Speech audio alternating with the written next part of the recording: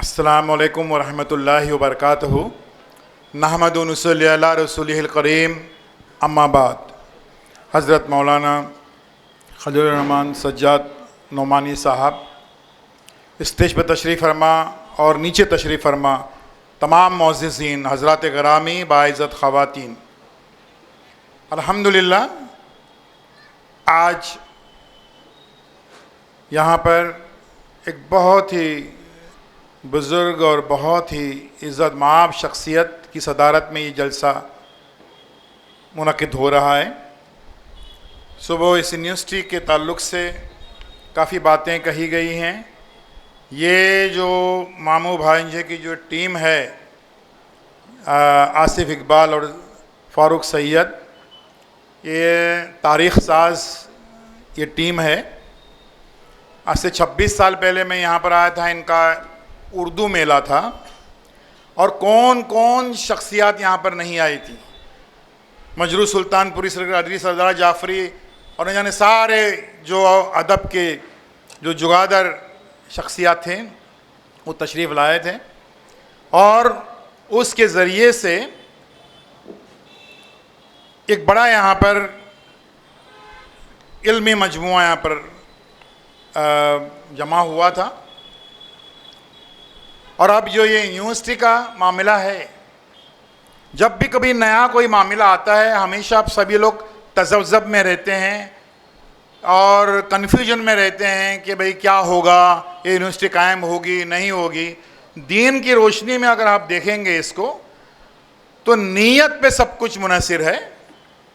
इन आसिफ इकबाल और उनके अहबाब ने नीयत कर ली है तो सवाब तो उनको मिल ही गया। अब ये यूनिवर्सिटी इंशाअल्लाह कायम होगी, लेकिन अगर कोई रुकावटें आती हैं तब भी उन्होंने नीयत कर ली है तो मुकम्मल सवाब के वो हकदार तो हो ही गए हैं। अब यहाँ पर जो बातें याद रखने की हैं, हमको हमेशा अपनी तारीख़ से इस्तिफ़ादा करना है। प्लासी की लड़ाई जो है वो खाली अंग्रेज़ों की तोपों की वजह से अंग्रेज़ों ने नहीं जीती थी। एक फैक्टर, एक अंसर ये भी था जिसका नाम था मीर जाफ़र। तो ये ऐसे जो मीर जाफ़र रहते हैं हमारे कौम में, ये बड़े बड़े मंसूबे जो हैं वो खाक में मिला देते हैं। तो हमारी कौम में आज भी जो हुकूमत की बोली बोलने वाले छोटे मोटे अवार्ड्स के लिए, छोटे मोटे इनामात के लिए वो ऐसे हैं मौजूद। मैं इनसे कहना चाहूँगा, उनसे होशियार रहिए। इन मीर जाफ़रों को अगर आप अपनी टोली में कभी शामिल नहीं करते हैं, उनसे कभी कोई इस्तिफ़ादा नहीं करते हैं, तो आपका कारवां जो है इंशाअल्लाह आगे बढ़ता जाएगा। ख़वातीन हज़रात, यहाँ पर मुख्तसरन में बहुत तेज़ी के साथ चंद बातें कहना चाहूँगा इल्म और तालीम के ताल्लुक़ से। और वो ये है, आज हम यहाँ पर बैठे हुए हैं और गज़ा के मासूम बच्चे जो हैं वो तड़प रहे हैं। ये पहली जंग, पहली आलमी जंग है जो खालिस बच्चों के, शीर ख्वार बच्चों के ख़िलाफ़ है। इससे पहले कभी बच्चों के ख़िलाफ़ जंग कोई बनी नहीं है। आलमी जंग खालिस बच्चों के ख़िलाफ़ ये यहाँ पर है, ताकि जो नस्लें जो हैं वो जनरेशन्स तबाह हो जाएं, ये उनका मकसद है। हम एहतजाज कर रहे हैं, मोर्चे निकाल रहे हैं, सफ़ात के सफ़ात सिहा कर रहे हैं, सब कुछ है, लेकिन उसके जड़ में भी हमको जाना चाहिए।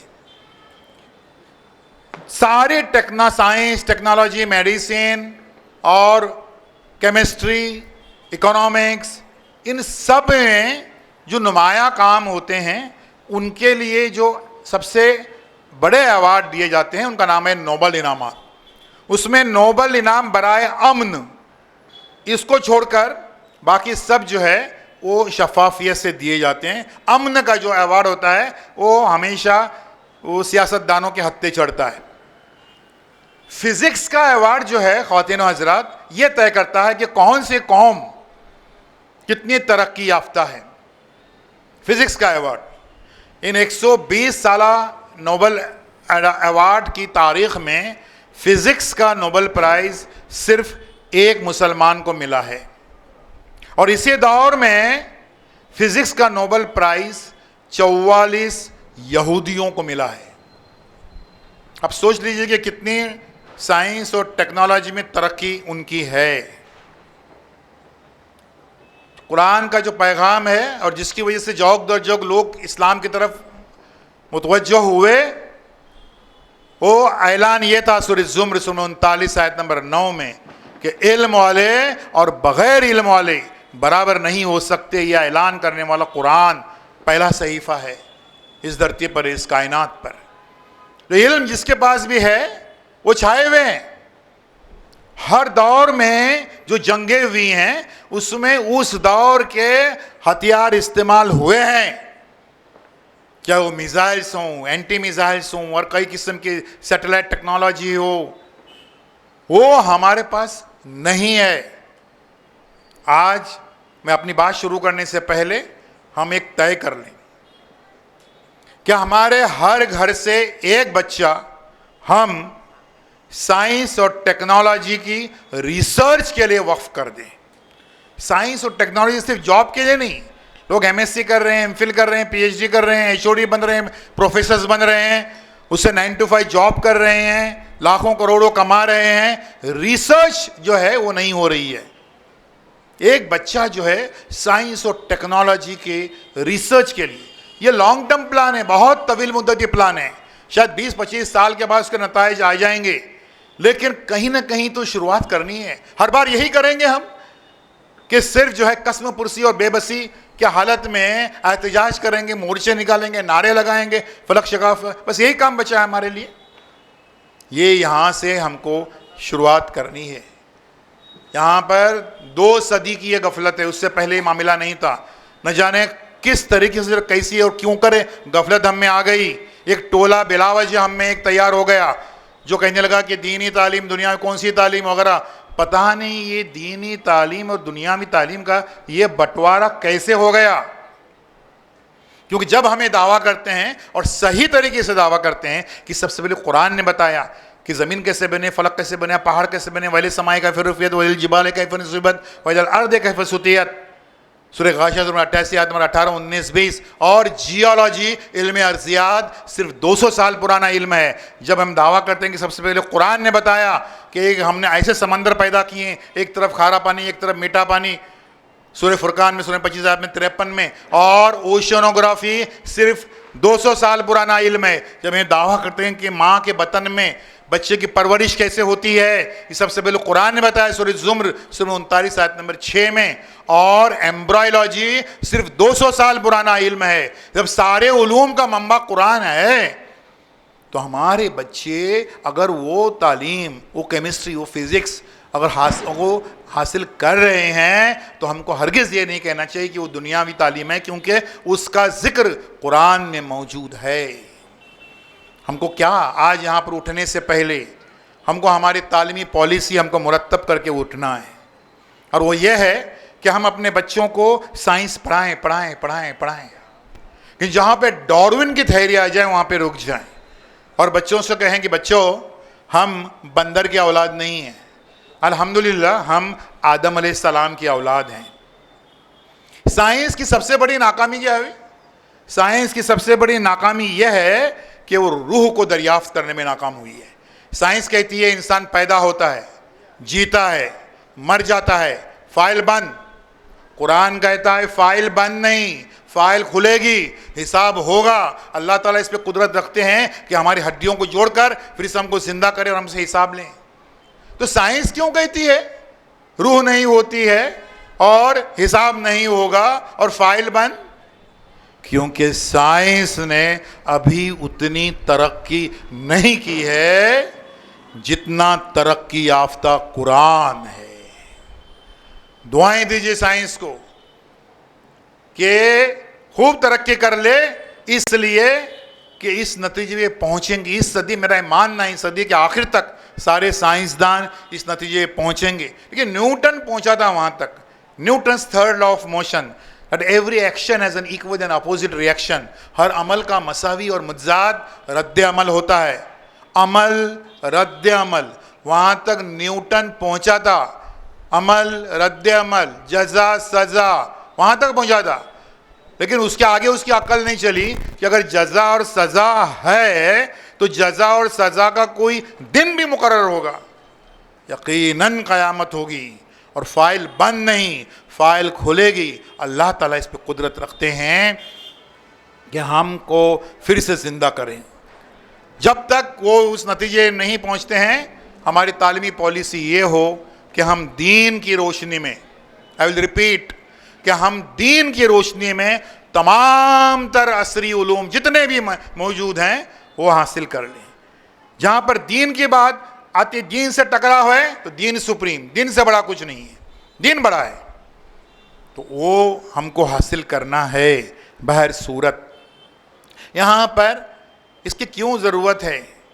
देखिए ये गफलतें कैसी हुई हैं। बादशाहत जब हम में आ गई ना तो वहाँ पर बिगाड़ शुरू हो गया, वहाँ पर बिगाड़ शुरू हो गया। उसके पहले ये नहीं था, हम सारी चीज़ों के बादशाह थे और बिला शर्कत गैर हम बादशाह थे सारी चीज़ों के। जब ये हो गया, और उसमें एक छोटी सी कौम पारसी कौम है, उसका मौजना करूँगा हमारी कौम से। हम समझते अक़लियत हैं, सबसे बड़ी अक़लियत, 1.25 लाख थे वो लोग आज़ादी के वक्त। अभी 75,000 की आबादी है हिंदुस्तान में, लेकिन उनके आबाजात कैसे दूरअंदेश थे और हमारे यहाँ पर सरासर गैर दूरअंदेशी कैसी बरती गई। एक दो मिसालें देख लीजिए उसकी। एक मुसलमान ने अपनी बीवी की याद में ताजमहल बनाया, एक मुसलमान ने अपनी बीवी की याद में ताजमहल बनवाया, और एक पारसी ने अपनी बीवी की याद में बम्बई में जय अस्पताल बनवाया। एक मुसलमान ने बड़े शानदार आलीशान बागात, शालीमार बागात बनवाए, एक पारसी ने भी बागात बनवाए। आसाम में चाय के बागात बनवाए। एक मुसलमान ने शहर बनवाया फतेहपुर सिकरी, और पारसियों ने शहर बसाया लोहे का शहर, स्टील का शहर जमशेदपुर। ये विजन उनके इसमें, वो हम में क्यों नहीं था? कहाँ गफलती हुई हैं हमारे यहाँ पर? हमको इसको सोचने की ज़रूरत है। और हर हाल में, हर कीमत पर मैं बच्चों को सब खिताब करता हूँ कि कुरान के ज़रिए से आप हिदायत कैसे ले सकते हैं, एग्ज़ाम में भी, इम्तहान में भी, फोकस होने में भी। ये आपका जो है इर्तिकाज़ करने के लिए, किस तरीके से यकसुई पैदा करने के लिए, और वो सारे हवाले देता हूँ उनको कि ये पढ़िए और इर्तिकाज़ हो जाएगा। ये ताकत है इसके अंदर। यहाँ पर हमको समझना ये है, क्योंकि यूनिवर्सिटी आज के ताल्लुक़ से ये है, तालीमी जलसा है। हमारा तालीमी निज़ाम हिंदुस्तान का कभी मुसल्लस नुमा हुआ करता था, तलबा, वालिदैन, असातिज़ा। फिर ये मुरब्बा नुमा बन गया, उसको एक और जुज़ जुड़ गया, तलबा, वालिदैन, असातिज़ा और इंतज़ामिया। वो जो तालीमी इदारा है उसका इंतज़ामिया कितना पॉजिटिव है, कितना मुस्बत है। फिर उसमें एक और जुज़ जुड़ गया और मुखन्नस नुमा बन गया, पेंटागन शक्ल हो गई उसकी, तलबा, वालिदैन, असातिज़ा, इंतज़ामिया। और मुआशरा, समाज, सोसाइटी वो कितने हसास है कि भाई ये 5 बच्चों का यूनिफॉर्म नहीं है, तो कोई तो बोले यार भाई 5 तोने में 2 बच्चों का यूनिफॉर्म दे सकता हूँ। नहीं, वो एक स्कूल की दीवार गिरे रहे हैं, वो चेयरमैन देखेंगे, सेक्रेटरी देखेंगे, नहीं मैं कुछ नहीं है, 1-2 पोते जो है सीमेंट में दे सकता हूँ। कितनी हसास है, मुआशरा जुड़ गया। और अब ये हेक्सागन नुमा, मुसद्दस नुमा बन गया, उसको एक छठा इंतहाई ख़तरनाक उनसर जुड़ गया है। तलबा, वालिदैन, असातिज़ा, इंतज़ामिया, मुआशरा, और एक ख़तरनाक वर्टेक्स इसको जुड़ गया है जिसका नाम है गवर्नमेंट, हुकूमत। हम बड़ी तिस्मारगिरी से अपनी तालीमी पॉलिसी बनाते हैं और हुकूमत के ऐसे GR आते हैं कि हमारे सारे मंसूबों को तहस नहस कर देते हैं। और उसकी वजह यह है कि बदबख्ती से हमारे असातिज़ा जो हैं वो लकीर के फ़कीर अक्सर असातिज़ा बने हुए हैं। हुकूमत के GR जो आते हैं, जो नोटिफिकेशंस आते हैं, उनको यूँ समझते हैं कि वो आसमानी कोई वही आ गई है। नहीं, ये GR ये बोलता है, ये नहीं करने का। क्या होता है दुनिया के हर मुल्क में जो तालीमी पॉलिसी होती है वो चाइल्ड सेंटर्ड, बच्चा जो है उसको मरकजियत हासिल है, ये बच्चा है, इसको बनाना है, इसका करियर बनाना है, इसका किरदार बनाना है, इसकी शख्सियत को नशोनुमा करने की है, वगैरह वगैरह। मौलाना ने बहुत बहुत अहम बात सबसे कही कि ये जो तालीमी निज़ाम जो अंधा लंगड़ा लूला इस तरीके से है, क्या कहता है तालीमी निज़ाम? साइंस पढ़ाओ, मैथमेटिक्स पढ़ाओ, टेक्नोलॉजी पढ़ाओ, कंप्यूटर पढ़ाओ, ओ बड़ों का अदब नहीं वो घर में सीखो, नहीं वो पड़ोसी नहीं वो घर में सीखो। यानी ये बाकी जितने अखलाकियात के नहीं, ये हमारे सब्जेक्ट में है ही नहीं। बहुत खराबी है बीसीआर। एक 10 साल पहले एक वैल्यू एजुकेशन का एक पीरियड, पूरे हफ्ते में एक पीरियड जो है वो मुतारिफ किया गया था और फिर बाद में उसको ख़त्म भी कर दिया गया। ये जो है ये बदमस्त हाथी की तरह से ये निज़ाम जो है वो ऊधम मचाए हुए। यहाँ पर हमको समझना ये है कि ये जो तालीमी इसमें असातिज़ा का किरदार कितना अहम और कितना इम्पोर्टेंट है, इसको मैं थोड़ी सी बात करना चाहूँगा इस ताल्लुक़ से कि ये जो तालीमी निज़ाम, मैं पूरी जिम्मेदारी से कह रहा हूँ कि हिंदुस्तान का तालीमी निज़ाम फेल हो चुका है, नाकाम हो चुका है। आज़ादी के 78 वर्षों में 50 साल तक ये तालीमी निज़ाम मॉस्को का तवाफ़ करता रहा, कम्युनिज़म सोशलिज़म मार्क्सिज़म, कम्युनिज़म सोशलिज़म मार्क्सिज़म, मुँह की खा के आ गए। देख रहे थे इंजीनियर बन रहे, डॉक्टर बन रहे, बेटा बाप को सलाम नहीं कर रहा है, और जितने इंजीनियर्स बन रहे, डॉक्टर बन रहे, उतने वृद्धाश्रम बढ़ रहे हैं, उतने ओल्ड एज होम बढ़ रहे हैं। फिर जो है अभी ये पिछले 20 वर्षों से यहाँ के जो माहिरीन तालीम या सो कॉल्ड माहिरीन तालीम हैं, उन पे दिमाग पे छाया हुआ है वो मगरबियत का, जैसा कि अमेरिका में होता है, जैसा हर पैराग्राफ के बाद में लिखते हैं। उनको आगे ये लिखना पड़ेगा हर पैराग्राफ के बाद कि हर जो प्राइमरी स्कूल का बच्चा जो है अपने बस्ते में पिस्तौल लेके जाता है, जैसा कि अमेरिका में होता है।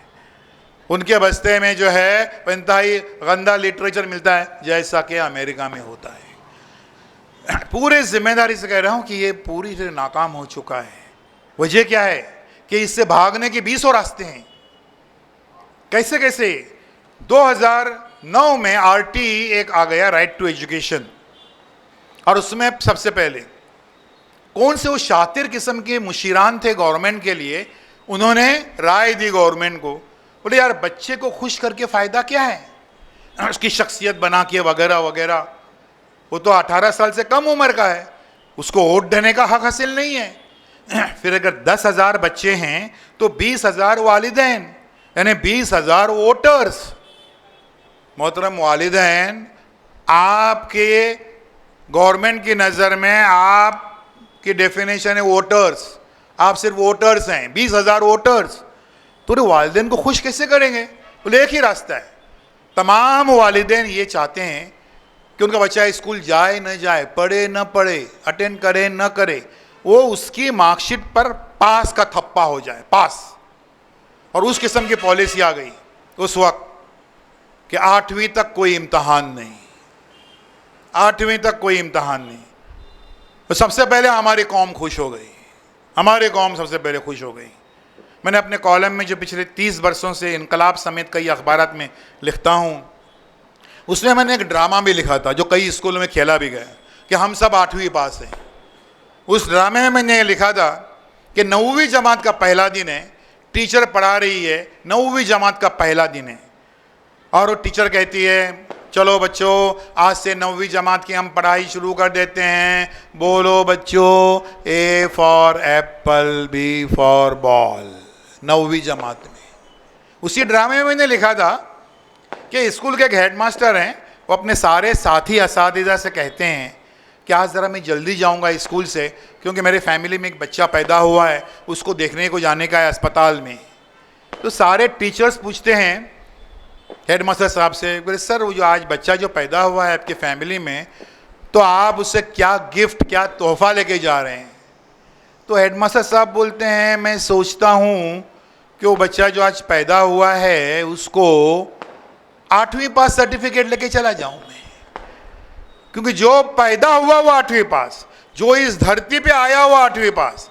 और इस वजह से आज हिंदुस्तान का तालीमी मंजरनामा यह है कि सारा हिंदुस्तान 8वीं पास है और आधा हिंदुस्तान 9वीं फेल है। ये मंजरनामा है। और हम कैसे खुश हो सकते हैं? हमारी कौम कैसे खुश हो सकती है? नो एग्जाम, नो इम्तिहान। अजल से अब तक सारे स्कॉलर्स, दानिश्वर्स, विद्वान सभी ये सोच रहे हैं कायनात क्यों बनी, इंसान का वजूद क्यों, ये ज़मीन क्यों बनी है, ये दुनिया क्यों बनी है। और उसका जवाब अल्लाह ताला देते हैं सूरह मुल्क, सूरह नंबर 67 आयत नंबर 2 में कि ये दुनिया एक इम्तहान है। तो ये दुनिया एक इम्तहान है। हम क्या लिख रहे हैं? पर्चा लिख रहे हैं, और उसमें जो हमारे कारकर्दगी है उस पर जन्नत जहन्नम मिलने वाली है। हम कैसे बोल सकते हैं? हम कैसे खुश हो सकते हैं? कोई इम्तहान नहीं। ये पॉलिसी आने के बाद मेरा कम से कम आधा घंटा, मेरे 5 घंटे के लेक्चर में आधा घंटा इस पे ज़ाया होता रहा। मैं बच्चों से पूछा, बच्चों अल्लाह कहता है कि ये दुनिया एक इम्तहान है और गवर्नमेंट कहती है इम्तहान नहीं, आप किसकी बात मानेंगे? सब बच्चे हाथ उठाए, हम अल्लाह की बात मानेंगे, हम अल्लाह की बात मानेंगे। ये चीज़। और तो और इसमें एक और आ गई बात कि भाई टीचरों ने अपने बच्चों से ऐसी कोई बात नहीं कहने की कि जिससे बच्चों को टेंशन आ जाए। अच्छा, मज़े की बात यह कि टेंशन को डिफाइन नहीं किया गया कि टेंशन किसे कहते हैं। तो एक क्लासरूम का मंजरनामा ये होगा कि एक टीचर कह रहे हैं, अरे सलीम तुम बराबर जो काम करते नहीं हो, होमवर्क करते नहीं हो, बराबर स्कूल में आते नहीं हो। तो सलीम खड़ा हो जाएगा, बोले सर आपकी बातों से मेरे को टेंशन आ रहा है। अरे मियाँ कभी पढ़ा करो। देखो सर मेरे को टेंशन अभी भी आ रहा है। अरे कभी कभी पढ़ा, हाँ ठीक है सोचूंगा।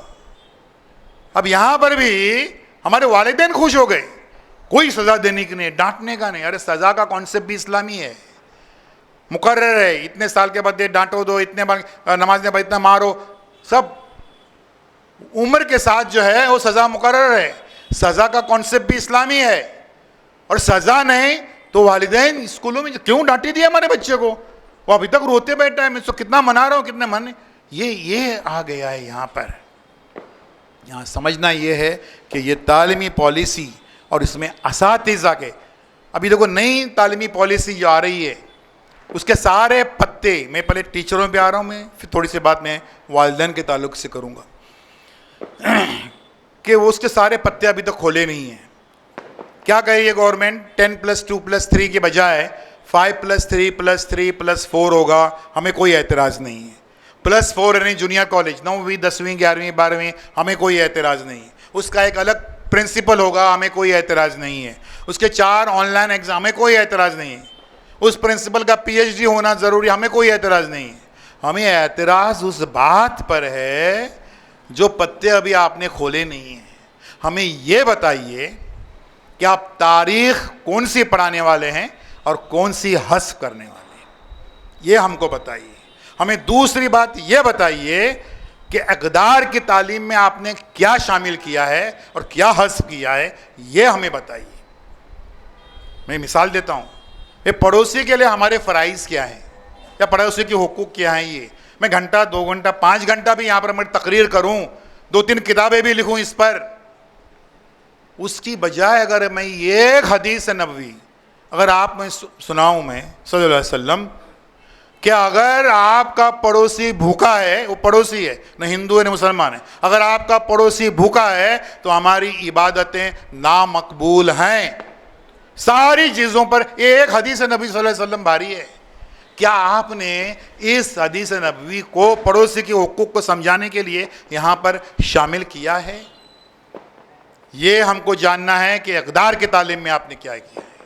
फितने होंगे, नई तालीमी पॉलिसी जो अब नुमाया होगी लगभग जून तक और क्लियर कट हो जाएगी अगले जून तक, तब होंगे। लेकिन इन फितनों को एक अच्छा, हसास, बेदार और ज़िम्मेदार टीचर क्लासरूम के अंदर ही ख़त्म कैसे कर सकता है, मैं उसकी एक मिसाल दूंगा। 20 मिसाल मेरे जहन में, एक मिसाल दूंगा।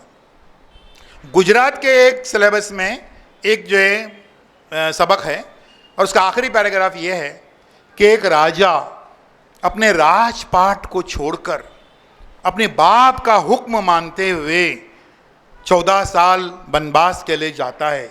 बाप का हुक्म मानने की इससे बड़ी मिसाल तारीख के सफ़ात पर मौजूद है?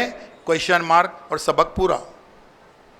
अब यहाँ पर एक हसास बेदार जो हमारा उस्ताद होगा वो किताब को ऐसा उल्टी रख देगा और फिर कहेगा, बच्चों बाप का हुक्म मानने की इससे बड़ी मिसाल तारीख में मौजूद है, और वो है हज़रत इस्माइल अलैहिस्सलाम की कुर्बानी। वहाँ पर बाप का हुक्म मानते हुए वो राजपाट नहीं, गले पे छुरी चलाने के लिए तैयार है। इससे बड़ी मिसाल तारीख के सफ़ात पर कोई मौजूद नहीं है। सारे फितने क्लासरूम के अंदर एक बेदार हसास जो टीचर है वो इसमें ख़त्म कर सकता है। आज हम यहाँ पर अगर अपनी तालीमी पॉलिसी मुरतब करने के लिए बैठे हैं, थोड़े से वक्त में ही सही, हमारे इस नए तालीमी पॉलिसी के दिबाचे में पहला जुमला ये होना चाहिए कि हर उस्ताद के दिल में खुदा का खौफ होना चाहिए। खौफ खुदा पर मबनी जो तालीमी निज़ाम है वो टिकेगा और बाकी सारे तालीमी निज़ाम ताश के पत्तों की तरह बिखर जाएंगे। हमको ये समझना है कि ये असातिज़ा की ज़िम्मेदारियाँ ये कितनी अहम हैं। नई तालीमी पॉलिसी हमरा क्या आ रहे हैं? आसानियाँ खाली ढूंढ रहे हैं, भागने के रास्ते ढूंढ रहे हैं। ये ऐसे रास्ते हैं भागने के कि टीचरों ने क्या किया, क्या पढ़ाया, उनको डायरियाँ भर भर के लिखने का है। अब उसको सर्टिफाई कौन करेगा? Head master. ठीक है, मैंने ऐसे ही देखे हैं यहाँ पर 110 टीचर्स। अब वो उस हेडमास्टर को वो चेक करने के लिए और साइन करने के लिए टाइम नहीं है। रोज़ 110 कैसे करेंगे? तो उन्होंने क्या किया, उन मोहतरमा थी, उन्होंने अपने सिग्नेचर का एक रबर स्टैम्प बनाया और स्कूल आवर्स के बाद में जो पियून जो खालामा है वो उन टीचरों के परफॉर्मेंस के ऊपर स्टैम्प लगा दी थी। यानी वो जो पियून जो खालामा है वो बन गई है एडिशनल हेड मिस्ट्रेस, वो सर्टिफाई कर रही है, सब ठीक है। अच्छा, उनके ऊपर एक और अथॉरिटी है, वो कौन? वो आंडू पांडू ऑफिसर जो आएगा, उसको pant piece, shirt piece, suit piece देकर मुर्गी उर्गी खिला के, नहीं सब ठीक ठाक है, वो भी सर्टिफाई कर देगा। इस तालीमी निज़ाम को ख़वातीन और हज़रात और असातिज़ा सुन लें, हम अल्हम्दुलिल्लाह हमारी कौम इस तालीमी निज़ाम को तहस नहस होने से बचा सकती है, क्योंकि हमारे यहाँ पर ये तसव्वुर नहीं है, ये अक़ीदा है कि वो जो जूनियर ऑफिसर है, जो डिप्टी ऑफिसर है, वो मंत्रालय का ऑफिसर है, उन सब के ऊपर भी एक ऑफिसर बैठा हुआ है, अल्लाह ताला। उसको जवाब देना है कि बच्चा मैंने तेरे हवाले किया था, तूने इसका क्या किया। मालूम ये हुआ कि इस तालीमी निज़ाम को तबाह होने से सिर्फ एक ही चीज़ बचा सकती है, उसका नाम है अकाउंटेबिलिटी, जवाबदेही का एहसास। और जवाबदेही किसे? सबसे सुप्रीम ताकत को, सबसे सुप्रीम ताकत अल्लाह ताला को जवाब देना है। ये थोड़ी सी मुख्तसर बातें थी असातिज़ा और नई जो तालीमी पॉलिसी आ रही, इसका आखिर में मैं आ जाऊँगा वालिदैन की तरफ कि वालिदैन का रोल कितना अहम, कितना इम्पोर्टेंट, कितना कलीदी रोल है इस सारे प्रोसेस में। उसके लिए मैं एक मिसाल दूंगा। एक जगह पर एक मैदान में म्यूनिसिपलिटी के 2 वर्कर्स कुछ कुदाल लेके कुछ काम कर रहे थे।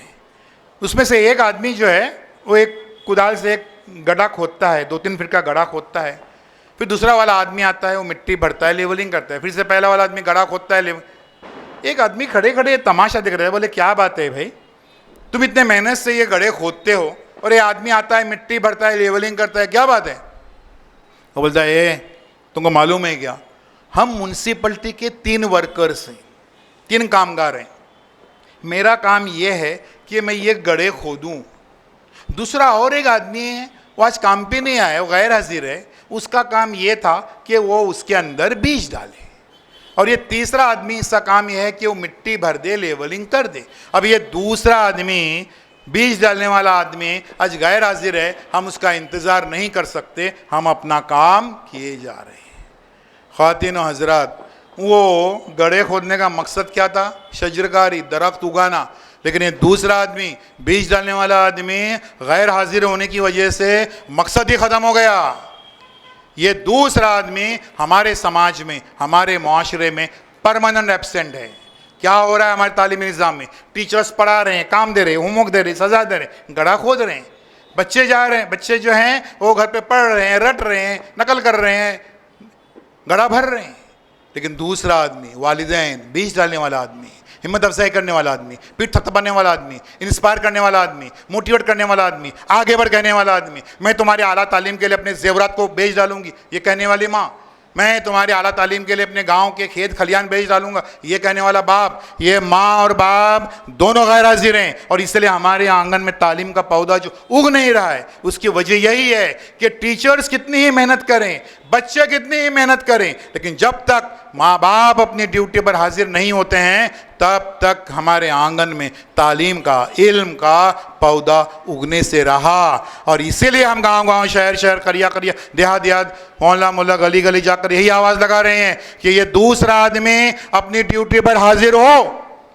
और जिस दिन माँ बाप अपनी ड्यूटी पर हाजिर होंगे, उस दिन हर आंगन में हमें इल्म और तालीम का पौधा लहलहाता हुआ नज़र आ जाएगा।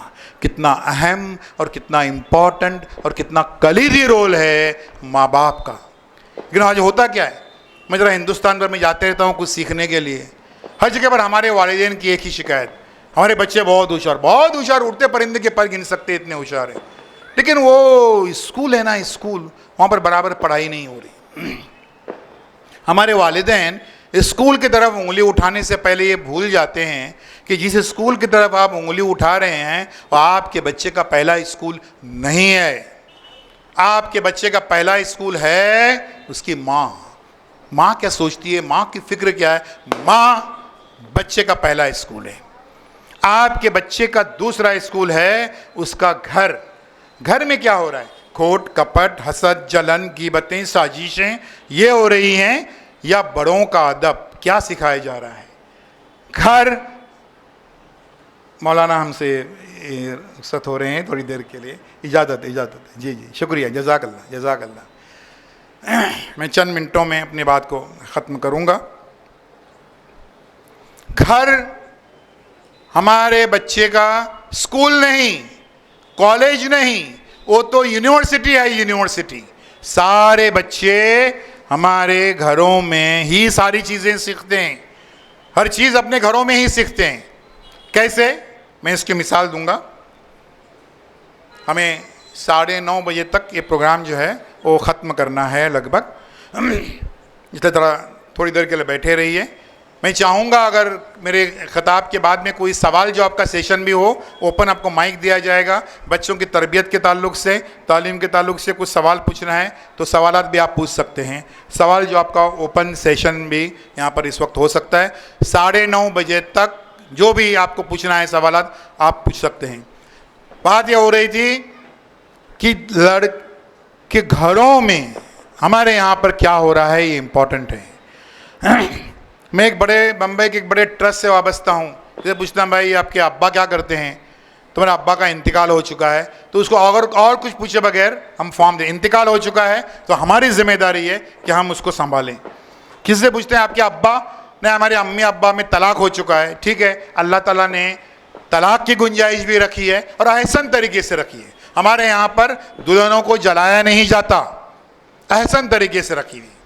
किससे पूछते हैं भाई आपके अब्बा? नहीं, वो एक ही घर में रहते हैं, लेकिन क्या? लेकिन वो नहीं, वो अलग अलग रहते हैं और एक दूसरे के साथ एक ही घर में रहते हैं, आपस में बातचीत तक नहीं करते हैं। तो घर का कारोबार चलते कैसा है? देखो, 4G 5G के ज़माने में मुस्लिम घरों का कम्युनिकेशन कैसे चल रहा है? देखो, इधर अम्मी हैं, इधर बच्चा है, इधर अब्बा हैं। तो अम्मी बोलती है बच्चे से, अब्बा को बोलो लाइट का बिल आया है। तो अब्बा बोलते हैं बच्चे से, अम्मी को बोलो मेरे को मालूम है।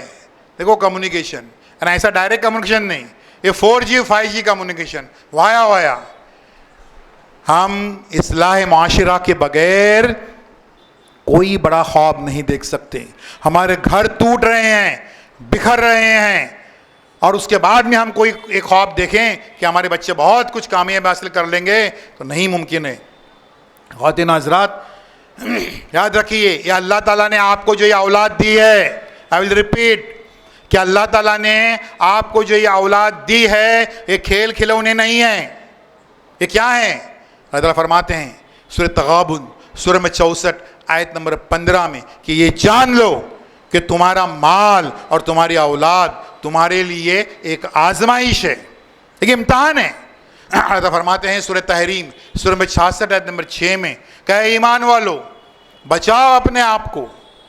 खाली अपने आप को बात नहीं हो रही, बचाओ अपने आप को और अपने अहलो अयाल को उस आग से जिसका ईंधन इंसान और पत्थर है। खाली अपने आप को नहीं। कुछ लोग ऐसी डेंगे मारते हैं, अरे मेरी तो तहज्जुद कभी नहीं होती है, मेरी तो इतनी नफिलें होती हैं, मैंने इतने उम्रा किए, लेकिन क्या, वो मेरा बेटा है ना, वो कज़ा होने का वक्त आ गया, तब भी वो वज़ू करने पे उसका दिल आमादा नहीं होता है। सूरह तहरीम की ये आयत बोलती है कि ये जो बेटा अगर कज़ा होने तक उसको वज़ू करने का दिल नहीं आता है, वो बाप के अकाउंट में लिखा जाएगा कि मेरी तरबियत में कोई खोट है, जिसकी वजह से हमारी नफिलें भी हो रही हैं, सब कुछ हो रहा है, तहज्जुद हो रही है, लेकिन बेटा फ़र्ज़ नमाज़ से भी दिल चुरा रहा है, हमारी तरबियत में कोई खोट है। तो ये चीज़ हमको यहाँ पर समझने का है। मैं एक दो बातें वालिदैन से कहना चाहूँगा जो बड़ा मसला है। वालिदैन ये समझते हैं कि मेरा बच्चा जो है वो बहुत कमज़ोर है, पढ़ने में बहुत ये है, या अल्लाह ने मुझ पर एक बड़ा अजाब नाजिल किया है। सुन लीजिए ख़वातीन हज़रात, इस धरती पे जितने बच्चे हैं उनमें से 5% बच्चे जो हैं वो जीनियस होते हैं। जीनियस यानी एक्स्ट्राऑर्डिनरी इंटेलिजेंट, इंतहाई ज़हीन 5%। 20% बच्चे होते हैं इंटेलिजेंट। ये दोनों मिला के हो गए 25%। और 75% बच्चे, ये ह्यूज मेजॉरिटी, वो कौन है? Average, below average, slow learners, हत्ता के मेंटली रिटार्डेड 75%। खाली आपका बच्चा कमज़ोर नहीं है। अब ऐसा कोसिए मत, अल्लाह तेरे को मैं ही मिली थी का, मेरे को ऐसा बच्चा दिया। 75% है। तो उसके लिए करना क्या है, होता क्या है और करना क्या है, ये मेरी आखिरी बातें होंगी। ज़रा तवज्जो दीजिए। जिन माँ बाप के बच्चे पढ़ने में कमज़ोर हैं, ध्यान नहीं देते हैं, उनसे मैं मुखातिब हूँ। होता क्या है सुन लीजिए। पड़ोस का बच्चा समझिए बहुत होशियार है, इंटेलिजेंट है, 90% मार्क्स लेता है। आपका बच्चा एवरेज है, 45% 50% मार्क्स लेता है। दोनों एक ही सबक याद कर रहे हैं। सबक क्या है कि what were the reasons of the second world war, दूसरी जंग अजीम के वजूहात क्या थे। समझे 10 पॉइंट्स हैं, 10 वजूहात हैं। वो बच्चा बहुत ही होशियार है, उसको 15-20 मिनट में 10 के 10 पॉइंट्स याद हो गए और उसने अपनी माँ को सुना दिए, 10 के 10 पॉइंट्स याद हो गए उसके। आपका बच्चा एवरेज है, कमज़ोर है पढ़ने में, वो 15 मिनट 20 में आधा घंटा हुआ, उसके 5 पॉइंट्स के आगे गाड़ी बढ़ती नहीं। फिर छठे पॉइंट के लिए वो क्या बोलता है, अम्मी ज़रा पहला वर्ड बोलना, पहला वर्ड। तो अम्मी बोलती है जर्मनी, हाँ जर्मनी ने बेल्जियम पे हमला कर दिया। फिर बोलती है अम्मी ज़रा पहला वर्ड ना, पहला वर्ड। तो बोलती है हिटलर, हाँ हिटलर ने नाज़ी पार्टी कायम कर दी। मतलब ये हुआ कि 5 पॉइंट से 6 पॉइंट याद होते हैं और बाकी उसको लुकमा दे के याद हो जाते हैं, उसको याद नहीं होते हैं। अब 1 घंटा हुआ, 1.5 घंटा हुआ, अब अम्मी क्या करेंगी सोचो ज़रा। 1-1.5 घंटे से उसको 5-6 पॉइंट्स के आगे गाड़ी नहीं बढ़ रही है। अब अम्मी क्या करेंगी, दे धड़ाधड़ कान के नीचे लगा देंगे उसको। अम्मी अपने बेटे को क्यों मार रही है, सब लोग तवज्जो दे यहाँ पर। अम्मी अपने बेटे को क्यों मार रही है? अम्मी अपने बेटे को इसलिए नहीं मार रही है कि 1 घंटा 1.5 घंटे से उसको ये सब याद नहीं हो रहा है। अम्मी अपने बेटे को इसलिए मार रही है कि पड़ोस के बेटे को जल्दी क्यों याद हो गया। हम अपने दुखों से इतने परेशान नहीं हैं जितने दूसरों के सुखों से परेशान हैं। यार वो सुखी क्यों है, उनके सुखों से हम परेशान हैं, उसके लिए हम ये कर लेते हैं। समझिए, सुन लीजिए, नकल में अकल मारी जाती है। जिन माँ बाप के बच्चे कमज़ोर हैं उनके लिए मैं 2 पॉइंट प्रोग्राम देके जा रहा हूँ। नंबर 1, हद दर्जे मेहनत, और नंबर 2, हद दर्जे सब्र। खूब मेहनत कीजिए और खूब सब्र। सब्र बहुत करने का है आपको।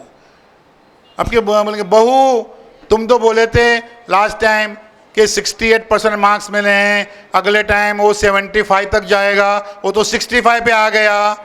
आपके आंखों में आंसू आ जाएंगे, आप रोने लगेंगे, इतने ताने सुनने पड़ेंगे। इसलिए खूब मेहनत और खूब सब्र। सब्र को कम मत समझिए। कई जगहों पर जहाँ जहाँ अल्लाह ताला ने नमाज को अपनाने की बात कही है, वहाँ वहाँ सब्र की बात की है। इतना पावरफुल हथियार सब्र भी है। सब्र का मतलब ये नहीं हाथ पे हाथ धरे बैठने का है, मेहनत करने की है, लेकिन सब्र करने का है। इसके साथ हद दर्जे मेहनत और हद दर्जे सब्र। और ख़वातीन और हज़रात, ये अल्लाह ताला का एक अजीब मैथमेटिक्स है, इंसानी समझ के बाहर। कि अगर आपका बच्चा कमज़ोर है, उसको होशियार बनाने के लिए आप अगर 1 कदम आगे बढ़ाते हैं तो अल्लाह ताला उसमें 10 कदम की बरकत देता है। 1 = 10। ये इंसानी समाज, इंसानी दिमाग में आने वाली बात नहीं है कि 1 = 1 हो सकता है, 1 = 10 कैसे। अल्लाह ताला खुद जानते हैं कि इसको मैंने कमज़ोर बच्चा दिया था, जहनी तौर पर कमज़ोर था, स्लो लर्नर था, जहनी मफलूज था, लेकिन इसकी माँ जो है वो पीछे हट नहीं रही है, मेहनत किए जा रही है, किए जा रही है। अब फिर उसकी रहमत जो है, उसका समंदर वो फॉर्म में आ जाता है बिल्कुल, और आप एक घंटा देते हैं, 10 घंटे की मेहनत आपकी हो जाती है। दूसरी बात एक याद रखिए कि पूरे कुरान में अल्लाह ताला ने कहीं भी टैलेंट या जहानत की कोई गारंटी नहीं ली है कि आपका बच्चा ज़हीन है तो कामयाब होगा, कोई गारंटी नहीं। लेकिन अल्लाह ने गारंटी ली है किस चीज़ की, ज़रा सुन लीजिए। और वह सूरह नज्म, सूरह नंबर 53, आयत नंबर 39, 40 और 41 में अल्लाह ताला ने गारंटी ली है मेहनत की। सूरह नज्म, सूरह नंबर 53, आयत नंबर 39, 40, 41 कि इंसान को वही मिलता है जिसके लिए वो कोशिश करता है, और ये कि उसकी कोशिश देखी जाएगी, और ये कि उसके लिए उसका अज्र दिया जाएगा। कोशिश बराबर कामयाबी, ये कुरानिक फार्मूला है, ये कुरानिक इक्वेशन है। तो ये गारंटी है अल्लाह ताला की कि कोशिश आप कर रहे हैं तो उसमें कामयाबी मिलेगी ही मिलेगी। टैलेंट की कोई गारंटी नहीं है। कि कुछ माएँ, सभी नहीं कहता हूँ, कुछ माएँ अपने बच्चों के, खास तो लड़कों के टैलेंट को बहुत ही आउट ऑफ प्रोपोर्शनल ये कर देती हैं। मेरे पास बम्बई में हमारा गाइडेंस का सेंटर है, वहाँ पर माएँ आती हैं, बोलते मेरे बच्चे ने एसएससी में 75% मार्क्स लिए। बोला अच्छी बात है, मुबारक हो। फिर माँ क्या कहती है, मालूम है मेरे बच्चे ने कितनी स्टडी किया, खाली 15 दिन स्टडी किया और 75% मार्क्स मिले। मतलब आपका बेटा बेवकूफ़ है, वो नाशुक्रा है अल्लाह का। अगर 15 दिन की पढ़ाई से उसको 75% मिले हैं, अगर उसने 4 महीने पढ़ा होता तो 85 मिले होते, और 6 महीने पढ़ा होता तो 95 क्रॉस किया होता। तो उसके पास टैलेंट है, जहानत है। सुन लीजिए ख़वातीन और हज़रात, माएँ सुन लें कि अपने टैलेंट को ग्लोरीफाई मत कीजिए अपने बच्चों को, कि टैलेंट की कोई गारंटी कुरान ने ली है। मेहनत मेहनत मेहनत, कितनी कंसिस्टेंसी और कितने तसलजुल के साथ में आपका बच्चा मेहनत करता है, उतना ही कामयाब होगा। एक एवरेज बच्चा, उसके क्लास में बिल्कुल ढ जिसको बोलते हैं बच्चा, 40-45% मेहनत मेहनत मेहनत, उसकी गाड़ी आगे जाएगी। और हम देखते हैं कई सिटी के टॉपर्स रहते हैं, शोलापुर के टॉपर्स, मालेगांव के टॉपर्स, भिवंडी के टॉपर्स, 93%, 95%। 2 साल के बाद में वो कहाँ गायब होते हैं मालूम नहीं है। उसकी वजह यह है कि माँ बाप और रिश्तेदारों ने उसके दिमाग में हवा भर दी, 95% मिले, बहुत ज़हीन है, अरे बहुत मेहनती है क्या? सिर्फ मेहनत की बात करो, ज़हीन है उसकी बात मत करो। जहानत कब गिर जाएगी, वो किला कब तहस नहस हो जाएगा मालूम नहीं है। मेहनती बनाइए अपने बच्चों को, याद रखिए मुकाबले का ये ज़माना है और मुसलसिल मुकाबला हर फील्ड में हर जगह पर हो रहा है। अभी बात हो रही थी आर्टिफिशियल इंटेलिजेंस की, मैं उससे, ठीक है वो एक चैलेंज है, लेकिन इंसान को अल्लाह ताला ने दिया वो जो जहानत है वो सुप्रीम है, उससे बड़ा कोई नहीं। ये इतना सा दिमाग हजारों जो हैं वो सुपर कंप्यूटर पे भारी है। पहले ज़माने में आईक्यू की बातें हुआ करती थी, आईक्यू बाद में मालूम पड़ा आईक्यू कुछ नहीं है, जो है वो ईक्यू है, इमोशनल क्वेश्चंस हैं। बिल्कुल उसी तरीके से ये आर्टिफिशियल इंटेलिजेंस जो है उसमें एक फैक्टर कम है और बहुत अहम है जो अल्लाह ताला ने दी हुई जहानत में है, और वो है ह्यूमन फैक्टर। ह्यूमन फैक्टर इसमें नहीं है, आर्टिफिशियल इंटेलिजेंस में नहीं है। कितनी तिकड़मबाजी करे वो नहीं आता है। इसलिए हमारे बच्चों में ये ह्यूमन फैक्टर शुरू से ही, एहसास, दर्द, बड़ों की इज्जत, आप अपने समझिए किसी रिश्तेदार को जो ज़ईफ है, बोले आया आपके पास में, मर्द लोग भी दांत निकालने के है, मुझे 500 रुपया दीजिए, तो देख लीजिए कि आपका बच्चा जो है वह मेरे पैंट में से 500 रुपया निकाल के दो। आपने खुश उस वक्त होने का जब आपका बच्चा 500 के बजाय 600 रुपया ला के देता है। तो मतलब ये कि उसके अंदर वो ह्यूमन फैक्टर है, तो उसका जो ये इंटेलिजेंस जो है वो उसके काम आने वाला है। मैं यहाँ पर अक्सर, अब यहाँ पर बच्चे कम हैं, बच्चों की तादाद कम है। बच्चे हैं क्या पीछे? जरा हाथ ऊपर करें, बच्चे हैं तो 1 2 3 4 5 6 हैं 20 22 हैं, ठीक है। आखिरी बात फिर मैं बच्चों के ताल्लुक से कहूँगा, आखिरी बात मैं बच्चों के ताल्लुक से कहूँगा, मेरे पास अभी और 3 मिनट बाकी हैं। बच्चों, ये सारे करियर्स और सारे कोर्सेस और सारे बड़े बड़े रुतबे ये बेकार हैं, बेकार, ज़ीरो हैं, अगर आप अपनी अम्मी अब्बा का एहतराम नहीं करते हैं तो। अम्मी अब्बा की सबकी तवज्जो यहाँ पर आखिरी 3 मिनट में बहुत अहम बातें आपके सामने आ रही हैं। जो बच्चे बाहर खड़े हैं अंदर आ जाएं, जो बाहर खड़े हैं अंदर आ जाएं, सारे बच्चे जो बाहर खड़े हैं अंदर आ जाएं। कि अगर ये सारी टैलेंट, सारी डिग्रियां, ये सब बेकार हैं अगर आप अपने अम्मी अब्बा की इज्जत नहीं करते हैं, एहतराम नहीं करते हैं तो। वरना कुछ लड़के लोग खासतौर पर ज़रा सा आईटी वाईटी पढ़ लिया, दिमाग सातवें आसमान में जाता है, तो अब्बा वो आपको समझे नहीं, बहुत स्मार्टफोन है, वो बहुत हाई लेवल की चीज़ है, नहीं अम्मी वो बहुत हाई लेवल की चीज़ है, मैंने आईटी में कोड मेरे को मालूम खाली कैसे क्या है। उनकी बेइज्जती करते हैं, ज़रा सा आईटी पढ़ लिया इसके लिए। बच्चों, ये अब्बा है ना, तो बाजार के सारे खिलौने अपने हैं, इस धरती के सारे सपने अपने हैं।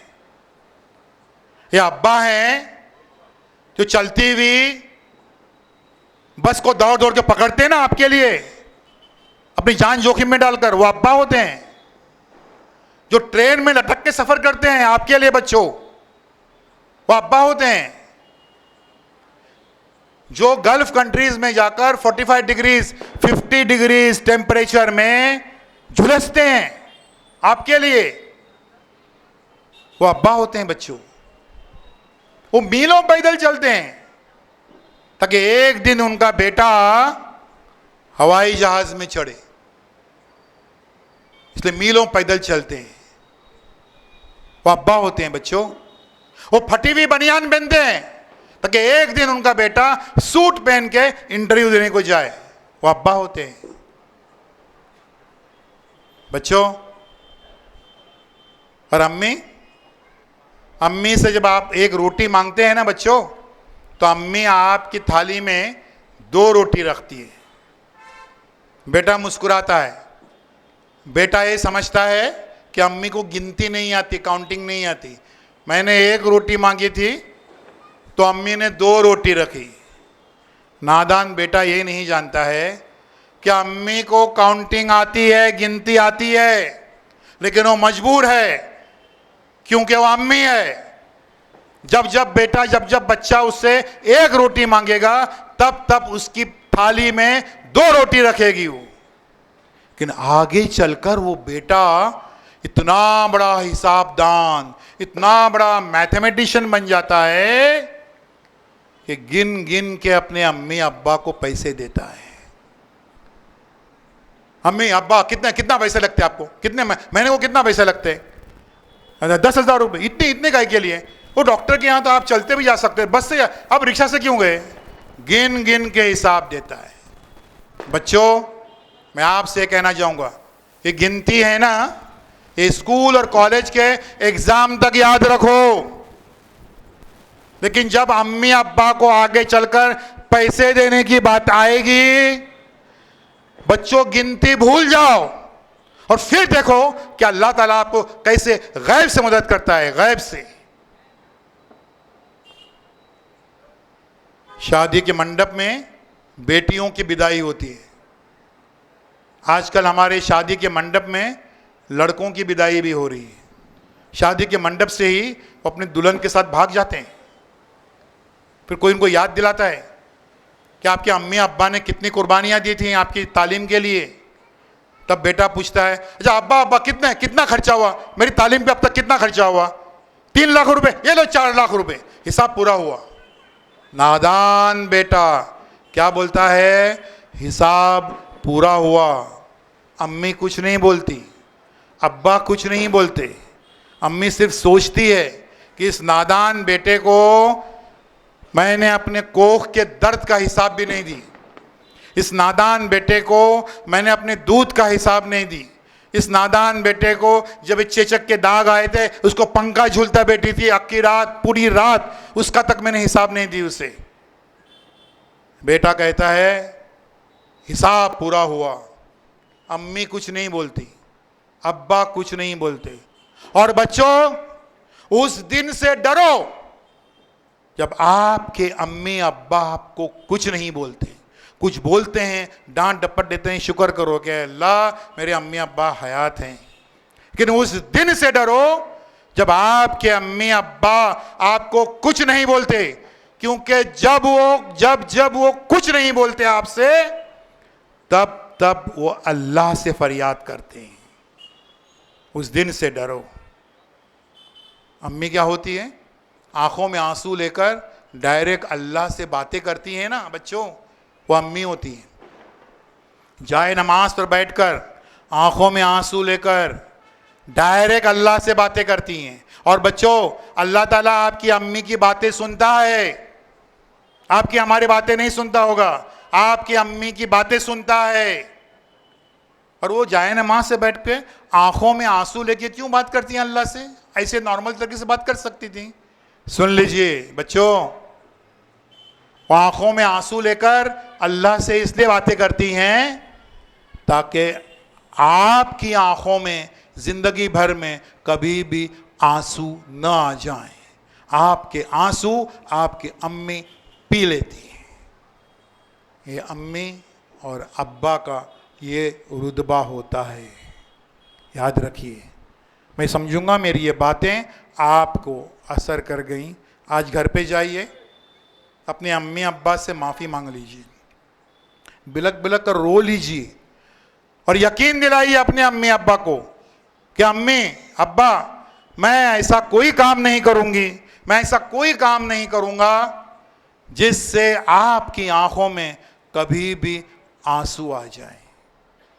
इन्हीं बातों के साथ मैं अपनी बात को ख़त्म करता हूँ। शुक्रिया। खुदा हाफिज़।